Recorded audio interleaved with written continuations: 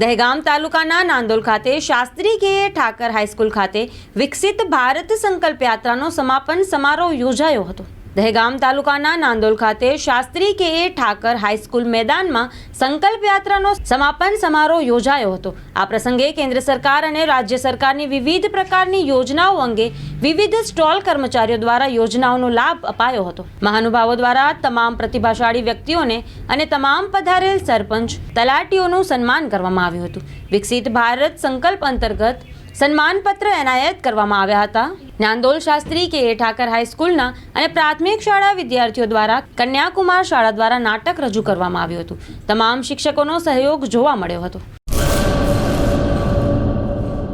ESG EV solution private limited electric ચલાવો LED TV લઈ જાઓ અમારા માનીતા ગ્રાહક માટે લઈને આવી રહ્યા છીએ।